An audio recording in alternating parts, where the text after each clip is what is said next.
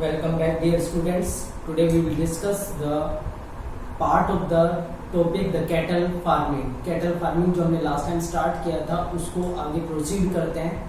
So in case of cattle farming, what are the various measures which are taken to carry out the cattle farming?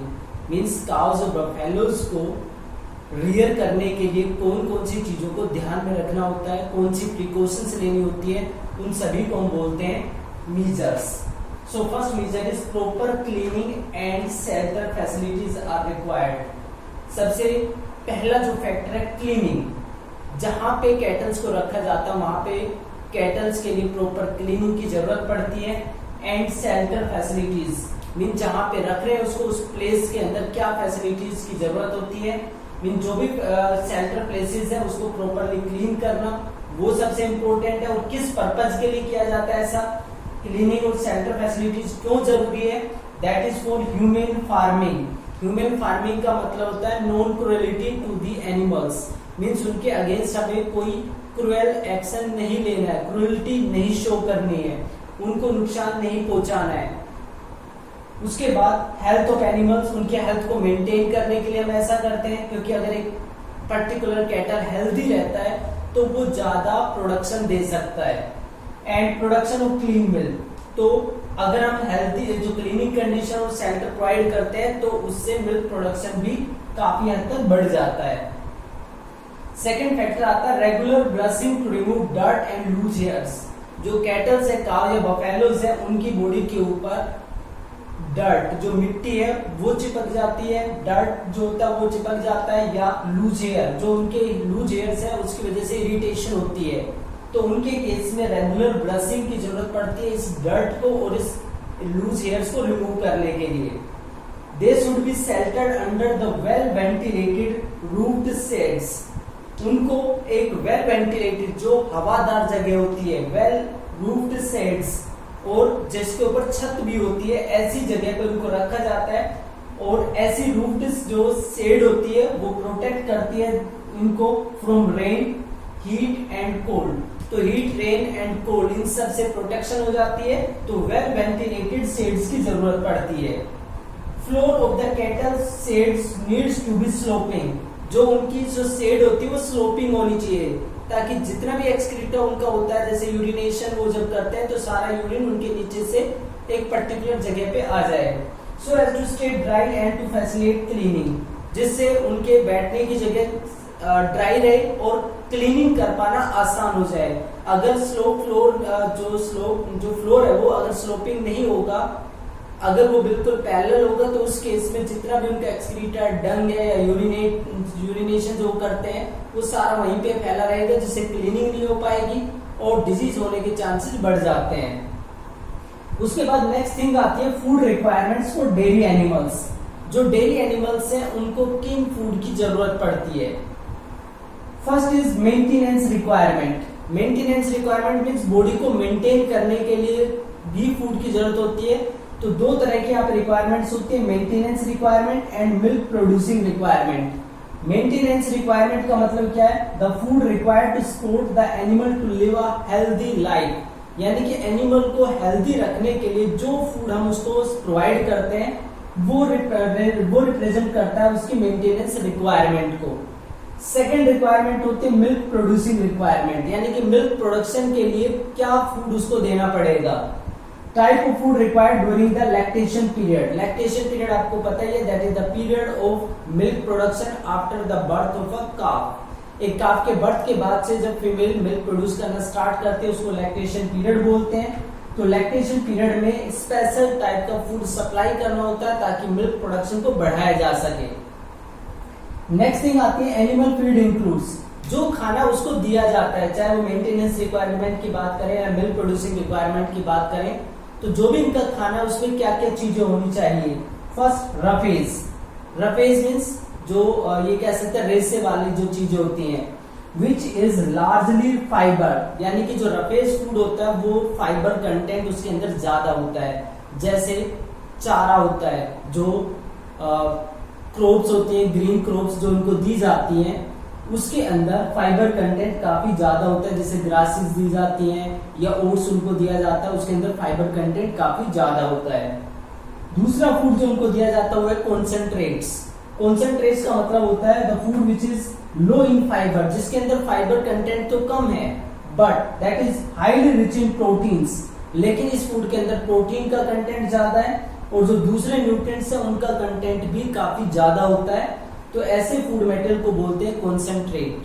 तो concentrate में जैसे आप जानते हैं cotton seed जिनको बिनोले बोला जाता है वो दिए जाते हैं उनको, और इसके अलावा ऑयल केक्स जो खल होती है वो दी जाती है।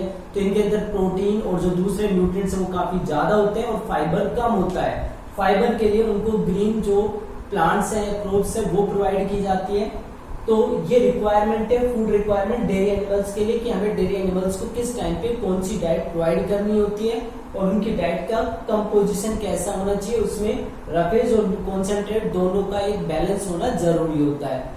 So that is about the food requirements and the various measures. Now the next part is that deals with the diseases of the cattle. Cattle farming में cattle से related कौन कौन से diseases होते हैं जिनको कंट्रोल करना जरूरी होता है। Now the next thing is cattle need balanced rations containing all nutrients in proportionate amounts. Cattle के फूड के अंदर रफेज और कॉन्सेंट्रेट के अलावा उसकी जो डाइट है ये जिसकी हम बात कर रहे हैं, चाहे वो रफेज हो या कॉन्सेंट्रेट हो, जो मिक्सचर दिया जाता है that must be balanced. Means उसमें सभी न्यूट्रिएंट्स प्रपोर्शनेट अमाउंट के अंदर प्रेजेंट होनी चाहिए। मीन्स जितनी रिक्वायरमेंट है उसके अकॉर्डिंग उसके डाइट के अंदर ये सारे न्यूट्रिएंट्स प्रेजेंट होना जरूरी होता है। अब जो डाइट दी जाती है उसके अलावा कैटल्स को कुछ और भी रिक्वायरमेंट होती है। Certain feed additives containing micronutrients are also provided to promote health and milk output of dairy animals. जैसे हम लोग खाना तो खाते हैं, साथ में हम कुछ हेल्थ सप्लीमेंट्स भी लेते हैं। जैसे आप लोग जिस एज में उसके अकॉर्डिंग आपको जैसे बूस्ट, हॉर्लिक्स या कॉम्प्लेन वगैरह फूड सप्लीमेंट के तौर पे दिए जाते हैं। उसमें आपके फूड के अंदर जो चीज़ें नहीं थी या जो रिक्वायरमेंट आपकी कंप्लीट नहीं हो पाई थी वो उन सप्लीमेंट से कंप्लीट हो सके। तो ऐसे ही जो डेयरी एनिमल्स होते हैं उनको भी कुछ फीड एडिटिव दिए जाते हैं जिसके अंदर माइक्रो न्यूट्रिएंट्स मीन्स जो मिनरल्स है वो प्रेजेंट होते हैं ताकि उनकी हेल्थ अच्छी रह सके और जो उनका मिल्क आउटपुट है वो भी काफ़ी ज़्यादा हो सके। नेक्स्ट थिंग आती है डिजीजेस कि जो कैटल्स हैं उनको कौन कौन से डिजीजेज हो जाते हैं। The diseases reduce milk production. Disease की वजह से मिल्क प्रोडक्शन तो कम हो ही जाता है क्योंकि हेल्दी नहीं रह पाता जो कैटल है, और कैटल अगर हेल्दी नहीं होगा तो प्रॉपर फीड भी नहीं कर पाएगा जिससे मिल्क प्रोडक्शन भी कम हो जाएगा। एक हेल्दी जो कैटल है वो प्रॉपरली फीड करता है और उसका पोस्चर भी ठीक रहता है। लेकिन सिर्फ मिल्क प्रोडक्शन ही कम नहीं होता डिजीज की वजह से, डिजीज की वजह से डेथ भी हो सकती है पर्टिकुलर कैटल की। सेकेंड जो थिंग आती है वो है पैरासाइट्स। पैरासाइट्स होते क्या हैं? ये वो ऑर्गेनिजम्स है, दोज ऑर्गेनिजम्स और micro organisms which depend on host for food and shelter without killing it. जो होस्ट के ऊपर यानी कि कैटल के ऊपर डिपेंड करते हैं फूड के लिए भी और रहने के लिए भी, लेकिन उसको जनरली किल नहीं करते हैं। ऐसे ऑर्गेनिज्म को पैरासाइट्स बोलते हैं। अब जो पैरासाइट्स हैं वो एक्सटर्नल यानी कि बॉडी के ऊपर हो सकते हैं और इंटरनल बॉडी के अंदर भी हो सकते हैं। एक्सटर्नल जो पैरासाइट्स हैं लिव ऑन द स्किन, ये स्किन के ऊपर होते हैं and mainly causes skin diseases, और इनकी वजह से स्किन डिजीज होते हैं। Example ticks. टिक्स ये छोटे से छोटे आर्थ्रोपोड्स होते हैं और जब ये फीड करना स्टार्ट करते हैं, जैसे बिल्कुल छोटा सा पार्ट होता है इसका, इस तरह के आपने देखे होंगे चिपके होते हैं बॉडी के ऊपर कैटल्स पे, बहुत छोटा सा है, लेकिन जब ये ब्लड सक करना स्टार्ट करते हैं तो इसका माउथ तो इतना ही रह जाता है और पीछे की बॉडी ऐसे बड़ी हो जाती है और एक ये कह सकते हैं कि ट्रांसलूसेंट सब्सटेंस से भर जाती है। तो ऐसा पार्ट आपने देखा होगा जिसका माउथ बहुत छोटा सा होता है और बेली बहुत बड़ी हो जाती है। तो ये पैरासाइट्स होते हैं जो स्किन के ऊपर प्रेजेंट होते हैं और जिनकी वजह से स्किन डिजीजेज हो जाते हैं। उसके बाद नेक्स्ट पार्ट आता है internal parasites. Internal parasite like वोम्स हो सकते हैं, अफेक्ट स्टमक एंड इंटेस्टाइन। जो वोम्स होते हैं वो स्टमक और इंटेस्टाइन को अफेक्ट करते हैं।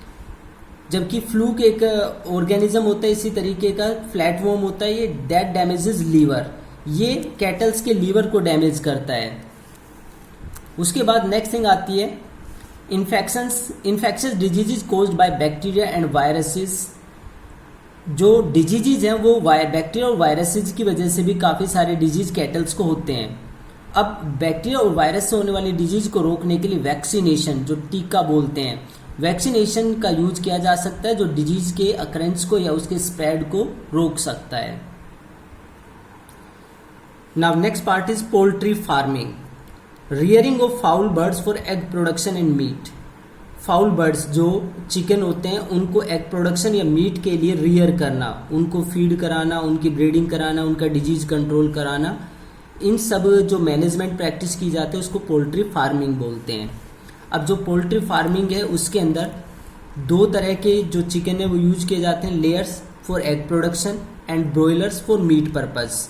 यानी कि जो चिकन एग प्रोडक्शन के लिए रियर किए जाते हैं उनको लेयर्स बोलते हैं, और जिनको मीट पर्पज के लिए रियर किया जाता है उनको ब्रॉयलर्स बोलते हैं। Improved breeds are developed by using cross breeding programs. अब कोई भी प्रोडक्शन है, कोई भी फार्मिंग है, उसमें हमें इम्प्रूव्ड ब्रीड की तो ज़रूरत पड़ती ही है, क्योंकि हमें प्रोडक्शन बढ़ाना है। अब प्रोडक्शन बढ़ाने के लिए क्रॉस ब्रीडिंग की जा सकती है। किसके बीच में क्रॉस ब्रीडिंग की जा सकती है? इंडियन ब्रीड, जो यहाँ पे इंडिया के अंदर अच्छे से एडेप्टेड है, और वो ब्रीड जिसका प्रोडक्शन ज़्यादा होता है। अब जैसे इंडियन ब्रीड की बात करें तो इंडिजीनस ब्रीड भी इसको बोलते हैं। एग्जाम्पल असील और कड़कनाथ। इनके अंदर हाई क्वालिटी ऑफ मीट होता है, यानी कि इनकी मीट क्वालिटी बहुत अच्छी है, लेकिन एग प्रोडक्शन इनका काफ़ी वीक होता है, यानी कि ये बहुत ज़्यादा एग प्रोड्यूस नहीं करते हैं। इसमें जो असील है ये ब्रीड सबसे ज़्यादा पॉपुलर होती है, कलर्ड होती है। फॉरेन ब्रीड की बात करें तो फॉरेन ब्रीड को एक्जोटिक ब्रीड भी बोलते हैं, और इसमें वाइट लेगहॉर्न और प्लाईमाउथ ये ब्रीड काफ़ी इंपॉर्टेंट है। इसमें वाइट लेगहॉर्न सबसे ज़्यादा देखने को मिलती है। जैसे आप कभी किसी मार्केट में जा रहे होते हैं, रोड पे कहीं पे जाना होता है आपको, तो आपके सामने कोई पर्टिकुलर व्हीकल जो चिकन्स को लेके जा रहा होता है, तो जनरली वाइट जो चिकन्स होते हैं वो वाइट लेगहॉर्न ही होते हैं। अब इनके केस में क्या होता है, इनके अंदर हाई एग यील्डिंग कैपेबिलिटी होती है, यानी कि एग प्रोड्यूस बहुत ज़्यादा नंबर में करते हैं, लेकिन इनकी मीट जो प्रोडक्शन है वो काफ़ी कम होती है।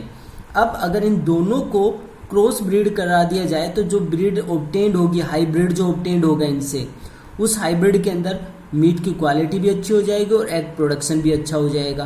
तो दोनों चीज़ें एक ही हाइब्रिड से ऑब्टेन्ड की जा सकती है। Now next is desirable traits for improvement. Poultry farming में इम्प्रूवमेंट के लिए, या जो हमारे पास ब्रीड है उसको इम्प्रूव करने के लिए कौन सी ऐसी ट्रेट है जिसको हम कंसीडर करते हैं कि जिसका इम्प्रूवमेंट हमें करना है? तो सबसे पहले इसमें number and quality of chicks. सबसे पहला फीचर है कि जो चिक्स हैं उनका नंबर कैसे बढ़ सकता है, उनकी क्वालिटी को कैसे इम्प्रूव किया जा सकता है। ये पहला एम होता है ब्रीड को इम्प्रूव करने के लिए। Second, dwarf broiler for commercial चिक प्रोडक्शन। अब जिनको मीट पर्पज के लिए यूज किया जाना उसको कंसिडर किया जाता है या उसको प्रेफर किया जाता है कि वो ड्वार्फ हो, यानी कि ड्वार्फ का मतलब होता है बोना, छोटा। तो यहाँ पे जो चिकन है वो जो छोटे साइज के चिकन होते हैं उनको जनरली यूज किया जाता है, क्योंकि जितनी हाइट उनकी होगी उतना ज़्यादा टाइम लगेगा उनको अपना एक तरीके से ग्रोथ को अचीव करने में, और जबकि हमें जल्दी से जल्दी बेनिफिट ऑब्टेन करना होता है तो उसका साइज छोटा होना चाहिए ताकि ज़्यादा से ज़्यादा फ्लैश उसके अंदर बन सके। Third, summer adaptation capacity. Winter season में तो एग काफ़ी लोग कंज्यूम करते हैं, चिकन मीट भी काफ़ी लोग कंज्यूम करते हैं, लेकिन जब समर की बात आती है तो समर में एग का जो एग का कंजप्शन है वो काफ़ी कम हो जाता है, क्योंकि जो फाउल बर्ड्स हैं उनके ऊपर भी समर का इम्पैक्ट होता है। तो ऐसे केस में जो चिकन बर्ड्स हैं that must be tolerable to high temperature, वो हाई टेम्परेचर को टोलरेट कर सके, बर्दाश्त कर सके, ऐसा कैरेक्टर भी हमें उनके अंदर इंट्रोड्यूस करना होता है। Fourth, low maintenance requirement. Chicken birds की जितनी हो सके कम मेंटेनेंस रिक्वायरमेंट होनी चाहिए। जितना खर्च हमारा कम होगा उतना हमारा प्रोडक्शन ज़्यादा हो पाएगा, तो उतना हम इकोनॉमिक बेनिफिट ज़्यादा ऑब्टेन कर पाएंगे। Next, reduction in the size of egg laying bird with ability to utilize more fibrous cheaper diet. जो एग लेइंग करने वाले एग लेयर्स हैं उनका साइज भी छोटा होना चाहिए, क्योंकि वो छोटी हाइट पे भी एग प्रोड्यूस कर सकते हैं। तो जरूरी नहीं कि बहुत बड़ी हाइट होगी तभी वो एग प्रोड्यूस करेगा, तो ज़्यादा हाइट में ज़्यादा टाइम उसको लगेगा अपना पूरा ग्रोथ अचीव करने में। तो अगर साइज छोटा होगा तो वो जल्दी ही एग प्रोड्यूस करना स्टार्ट कर देगा, क्योंकि वो जल्दी ही अपने ग्रोथ को अचीव कर लेगा। और उसके अंदर कैपेबिलिटी होनी चाहिए to utilize more fibrous cheaper diet, कि उसको जो हम डाइट दे रहे हैं वो चीप सस्ती होनी चाहिए, और उसके अंदर ये कैपेबिलिटी होनी चाहिए कि वो सस्ती डाइट का यूज करके भी हाई प्रोटीन कंटेंट वाले जो प्रोडक्ट है वो बना सके। अब जो उसकी चीपर डाइट है उसमें कंटेनिंग एग्रीकल्चरल बाई प्रोडक्ट, मतलब जो एग्रीकल्चर से जो बाई प्रोडक्ट जो किसी काम की चीज़ें नहीं होती हैं उनको अगर इनको दिया जाए, उसका ये पोल्ट्री बर्ड यूज़ करें और उससे अपना फ्लैश और एग के लिए प्रोटीन और फैट बना सके, ऐसी कैपेसिटी भी उनके अंदर डेवलप होनी जरूरी है। ये भी एक कैरेक्टरिस्टिक फीचर है जो हम अपनी इम्प्रूव्ड ब्रीड के अंदर लाना चाहते हैं।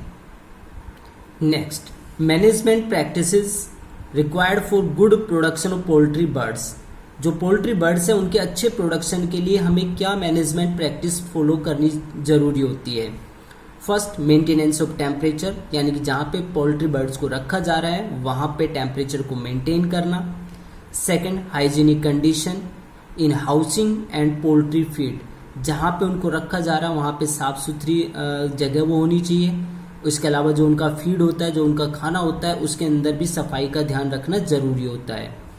Third, prevention and control of diseases and paste, जो पोल्ट्री बर्ड्स के डिजीज हैं और जो उनके ऊपर पेस्ट अटैक करते हैं उनको कंट्रोल करना, उनको रोकना भी ज़रूरी होता है, तभी हम पोल्ट्री बर्ड से प्रोडक्शन को बढ़ा सकते हैं। तो टेम्परेचर मेंटेन करना, हाइजीनिक कंडीशन मेंटेन करना and prevention and control of disease and pest, that is very necessary for the higher production of poultry birds. Now the next thing is differences between broilers and layers. जो broilers है और layers है उनके बीच में क्या difference होता है। तो यहाँ पे अगर हम बात करें ब्रोयलर्स, दीज और they are raised for meat purpose. जो ब्रोयलर्स हैं उनको रेज किया जाता है मीट पर्पज के लिए, यानी कि उनको किल करके और मीट पर्पज के लिए उनका यूटिलाइजेशन होता है। जबकि जो लेयर्स हैं they are raised for egg production, इनको एग प्रोडक्शन के लिए रेज किया जाता है। Broilers they are generally male but can be female. Broilers generally male होते हैं, लेकिन जो फीमेल एग लेइंग करना बंद कर देते हैं उनको भी एज अ ब्रोयलर यूज किया जा सकता है। तो यहाँ पे दोनों चीज़ें इंक्लूड हो जाती हैं। लेयर्स एग लेइंग, तो एग लेइंग तो सिर्फ फीमेल करते हैं, so they are always female. Diet, broilers को जो डाइट दी जाती है that is rich in proteins, ये प्रोटीन के अंदर रिच होती है, यानी कि प्रोटीन काफ़ी ज़्यादा अमाउंट में होता है, with adequate fat and vitamin, और फैट और विटामिन भी सफिशिएंट अमाउंट में प्रेजेंट होना जरूरी है ब्रोयलर्स की डाइट में। विटामिन की बात करें तो विटामिन ए एंड के इज केप्ट हाई, इनकी डाइट में विटामिन ए और के को काफ़ी ज़्यादा अमाउंट में रखा जाता है। जबकि अगर हम लेयर्स की बात करें तो इनकी जो डाइट है इज ऑफ इंफीरियर क्वालिटी, वो बहुत अच्छी क्वालिटी की नहीं होती है, बट कंटेन्स ऑल इंग्रेडिएंट्स, लेकिन फिर भी उसमें सारी चीज़ें प्रेजेंट होनी चाहिए, प्रोटीन, फैट, विटामिन सभी थोड़े थोड़े अमाउंट में प्रेजेंट होना जरूरी होता है। उसके बाद नेक्स्ट पॉइंट जो आता है वो ये है कि जो ब्रोयलर्स हैं they are killed at the age of 6 to 10 weeks, 6 से 10 वीक होने के बाद उनको सेल आउट कर दिया जाता है मार्केट में, जहाँ पे उनको किल कर दिया जाता है मीट पर्पज के लिए। जबकि जो लेयर्स की बात की जाए they are killed after 16 to 18 months, इनको 16 से 18 मंथ के बाद ही किल किया जाता है, और वो भी तब when egg production becomes uneconomical, यानी कि अब ये एग प्रोडक्शन काफ़ी ज़्यादा नहीं कर रहे हैं, इनसे एग का जो एग जो ये प्रोवाइड करते हैं वो ज़्यादा प्रोवाइड नहीं कर पा रहे हैं। तो अब इनसे ज़्यादा बेनिफिट हो सकता है कि अगर इनको मार्केट में सेल कर दिया जाए इनकी किलिंग के लिए, इनके मीट पर्पज़ के लिए। उसके बाद नेक्स्ट थिंग आती है जो ब्रोयलर्स के केस में काफ़ी इंपॉर्टेंट है। In case of broilers care is taken to avoid mortality, उनकी डेथ ना हो किसी भी वजह से, and to maintain feathering and carcass quality. Maintain feathering, जो उनके फैदर आते हैं उनकी बॉडी को कवर करते हैं, उनकी क्वालिटी को मेंटेन करना, मीन्स उसको भी ध्यान में रखना। एंड कार्कस क्वालिटी होता है जो मीट क्वालिटी है उसको मेंटेन करना काफ़ी इंपॉर्टेंट होता है ब्रॉयलर के केस में। Now next thing is poultry foul suffer from a number of diseases caused by. जो पोल्ट्री फाउल है उनको भी बहुत सारे डिजीजेज हो जाते हैं जो काफ़ी सारे एजेंट्स की वजह से होते हैं, लाइक वायरस की वजह से रैनिकेट एंड बर्ड फ्लू, ये डिजीज हो जाते हैं। बर्ड फ्लू जो काफ़ी डेंजरस डिजीज होता है जो ह्यूमन के अंदर भी स्प्रेड कर सकता है। इसमें जो बॉडी ओपनिंग्स हैं उनमें से फ्लूइड डिस्चार्ज होना स्टार्ट हो जाता है। बैक्टीरिया की वजह से कोलरा, डायरिया ऑफ चिक, ट्यूबरक्लोसिस टीबी जो हम बोलते हैं वो हो जाती है। कोलरा हैजा लगना होता है, डायरिया जैसे दस्त लगता है वो भी यहाँ पे हो जाता है। फंजाई की वजह से एस्परगिलोसिस फंगल डिजीज हो जाता है इनको। इसके अलावा पैरासाइट्स ऑल्सो अफेक्ट देम। जो पैरासाइट्स हैं ये तो पैथोजन हो गए, हालांकि पैथोजन भी पैरासाइट्स का ही एक टाइप होते हैं, लेकिन दूसरे पैरासाइट भी इनको अफेक्ट कर सकते हैं जो इनकी बॉडी के ऊपर प्रेजेंट होते हैं या जो वोम्स इनकी बॉडी के अंदर प्रेजेंट होते हैं। Diseases also caused by nutritional deficiencies. Diseases nutritional deficiency की वजह से भी हो सकते हैं, यानी कि जैसे प्रोटीन की कमी है, विटामिन्स या मिनरल्स, अगर इनकी डेफिशिएंसी है तो उसकी वजह से भी डिजीज हो सकता है। नेक्स्ट थिंग आती है prevention and control of diseases. Prevention का मतलब होता है रोकना, कि डिजीजेस को हम कैसे रोक सकते हैं, और कंट्रोल का मतलब होता है ट्रीटमेंट, कैसे डिजीज को ट्रीट किया जा सकता है। तो यहाँ पे प्रिवेंशन और कंट्रोल में इंक्लूड होता है प्रॉपर क्लीनिंग एंड सैनिटेशन। अगर साफ सफाई रखी जाए, सैनिटाइजेशन का ध्यान रखा जाए तो डिजीजेस को होने से रोका जा सकता है। Second, spraying of disinfectants at regular intervals. Disinfectant के स्प्रे करने से जो बैक्टीरिया और जो फंजाई है ये जनरली किल हो जाते हैं, तो डिसइंफेक्टेंट की स्प्रेइंग से भी काफ़ी बेनिफिट मिल जाता है। थर्ड जो प्रोसीजर वो है वैक्सीनेशन। वैक्सीनेशन में डिजीज को प्रिवेंट करने के लिए वैक्सीन्स इंट्रोड्यूस कर दी जाती है जो डिजीज के स्प्रेड होने को रोकती है, और जब डिजीज ही नहीं होगा तो उससे प्रोडक्शन के ऊपर भी ज़्यादा इम्पैक्ट नहीं पड़ता है, प्रोडक्शन भी लगातार मेंटेन रहता है। तो वैक्सीनेशन डिजीज को, बैक्टीरियल और जो वायरल डिजीज है उसको रोकने के लिए वैक्सीनेशन काफ़ी अच्छा मेथड है। उसके बाद नेक्स्ट पार्ट आता है बैलेंस डाइट। बैलेंस डाइट काफ़ी इंपॉर्टेंट है डिजीज़ को कंट्रोल करने के लिए, क्योंकि अगर डाइट अच्छी नहीं होगी तो उसमें इम्यून सिस्टम वीक हो जाता है और डिजीज़ आसानी से कैच कर लेता है। साथ में जो प्रोडक्शन है, चाहे एग का हो चाहे मीट प्रोडक्शन हो, वो भी यहाँ पे कम हो जाता है। तो साथ में जो न्यूट्रिशनल डेफिशिएंसी की वजह से जो डिजीज होते हैं वो भी बैलेंस डाइट की वजह से नहीं हो पाते हैं, और जो पोल्ट्री बर्ड्स होते हैं या फाउल बर्ड्स होते हैं वो अच्छी हेल्थ को मेंटेन कर पाते हैं। So that is all about the cattle farming and poultry farming.